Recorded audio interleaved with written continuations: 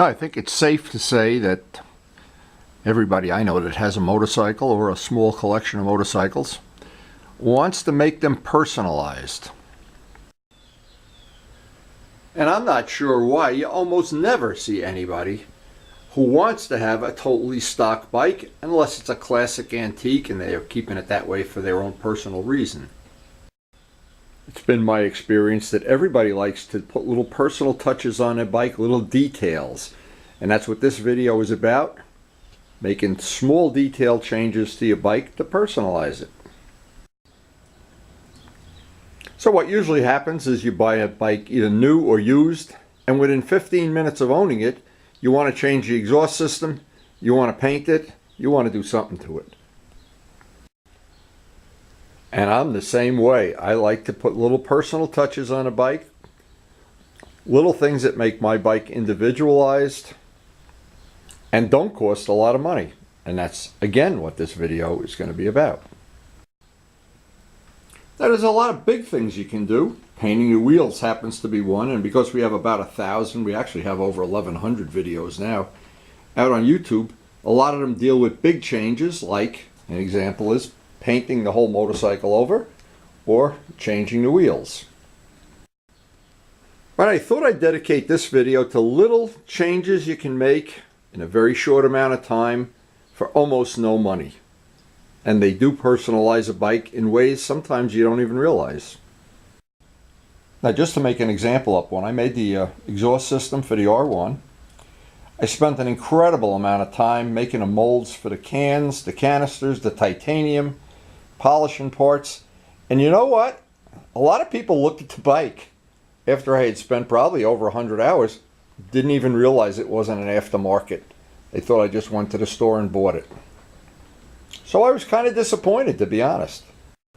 So that brings up my second point. There's things you can do that you just can commercially go buy a part, bolt it on, like putting a decoration on a Christmas tree.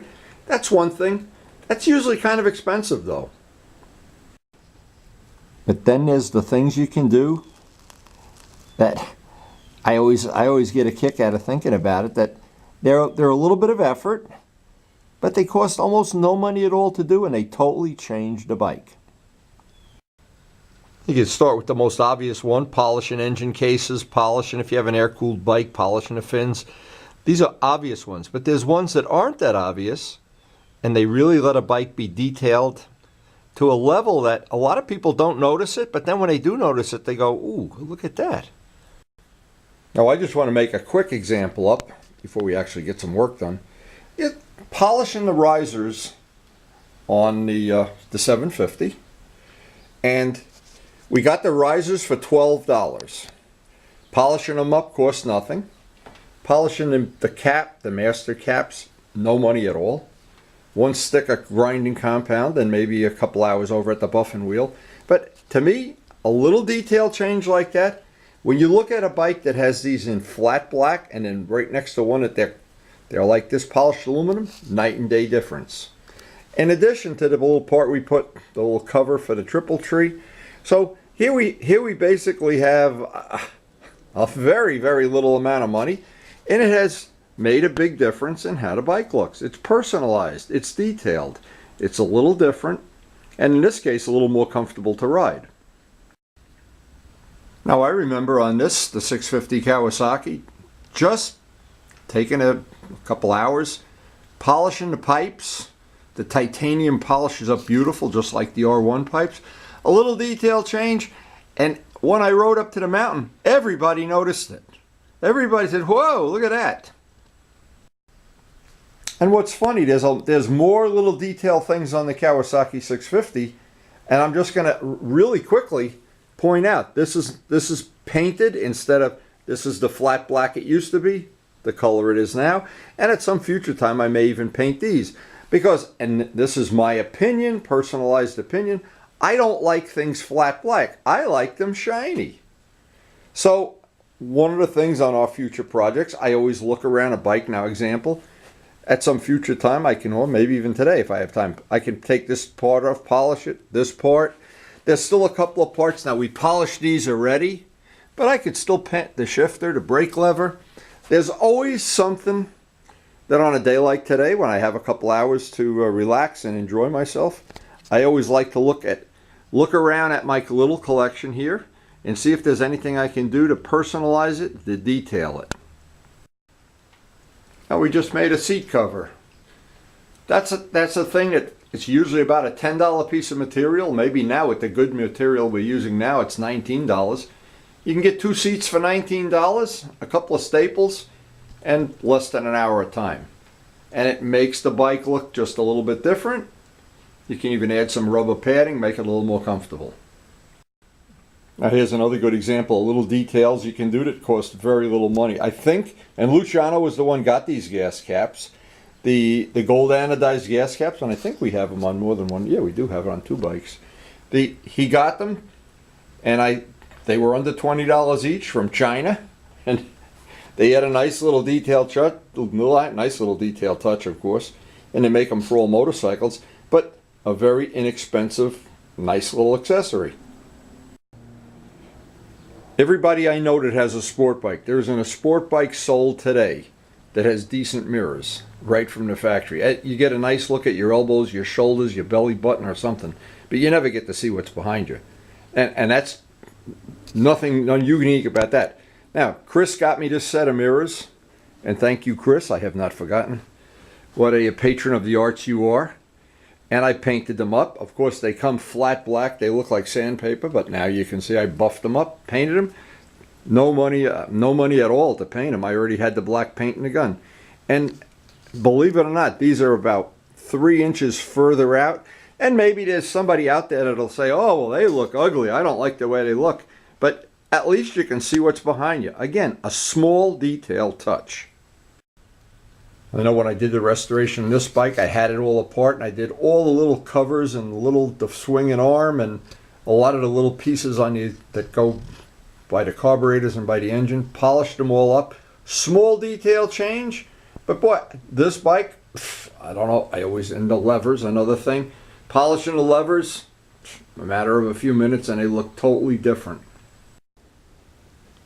So my point is, there's big things you can do to a motorcycle that cost a lot of money. There's small things you can do that cost almost no money. And if you're really cool, you can do both. A little detail, a lot of motorcycles have the caps for the master cylinder.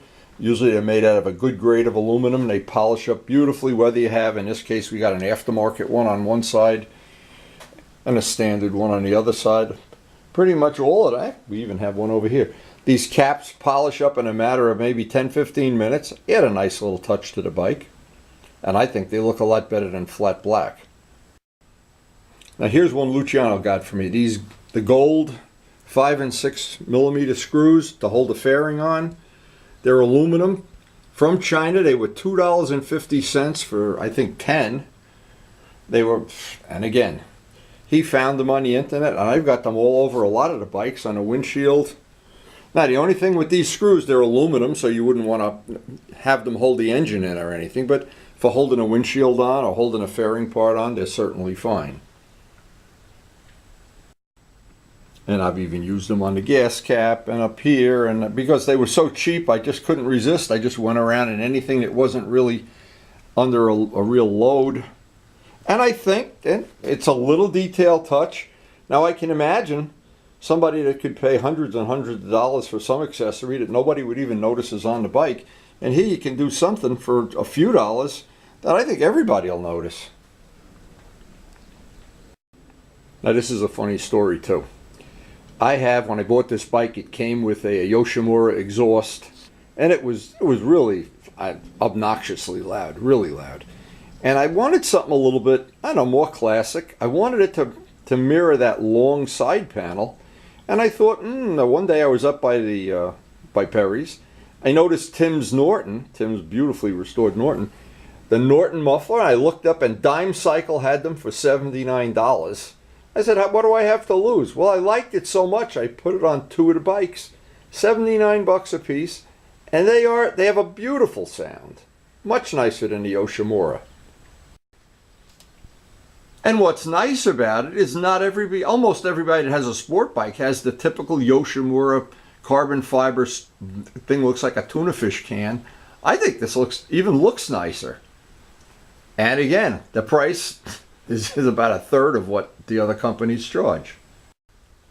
So this was my whole point in making this little video, is to give some thought to the fact there's a lot of little things you can do to a motorcycle that it's so inexpensive. I always say it's no money to do it. Making a seat cover, things like that are just incredibly inexpensive and will change the motorcycle. Now, in case the fact of the 650, putting that extra layer of padding on the seat made that bike so much more comfortable to ride, and I bet the total cost was under $20.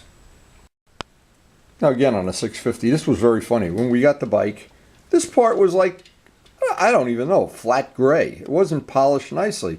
This was 5 minutes to polish it. Didn't even have to take it off the bike. I did my trick with the rag that went around it and like a shoe shine job. And in 3 minutes, it really came out looking real nice. Again, it's all small details, and it's all in the eye of the beholder. Now another thing, the little bar end mirrors. When I painted these up yellow to match the bike, they originally were, of course, the dreaded flat black. And every time, it's uncanny, every time I've ridden this bike anywhere where people come over and check out bikes, which we all do, one of the first things they notice is the mirrors. Well, how hard is it to paint mirrors? Come on. And as opposed to flat black, and another little detail that sets this bike apart in a crowd, for no money. And that, to me, that's the bottom line. Now, the final thing, and I really have to thank Malcolm for this. Malcolm in Florida found me the pipes for usually about a third of what they normally list price for. He said, get them now. There's a couple sets left on eBay or wherever we got them from. And I ordered them. I made the stingers for them. And it's a nice set of pipes. They have held up beautifully. They haven't rusted. The paint that was on them held up pretty well. And again, it's that magic thing. Almost no money. And when you can do these things, I get a certain amount of satisfaction out of them. I always enjoy riding up to some of the bike meets, like the market meetups, and hanging out with the guys that like to look at little custom touches everybody puts on their bikes. And it's a sad thing to me, and I guess it's just personal, and you see somebody that spends an incredible amount of money on a brand new motorcycle, and the only problem is there's 7 of them parked right next to it. And then you show up with something 25 years old that you spent $300 for and 2,000 hours of labor, and everybody runs over and looks at that. It's kind of unfair, I guess. But I do love the historic bikes. I have 4 of them. I've spent a lot of time doing detail improvements, little custom touches to every one that I thought were cute. They were inexpensive, and they were fun to do, and I could share all that with my friends on YouTube. So I hope you've enjoyed this little video, because it just gives you some food for thought. And thanks for watching.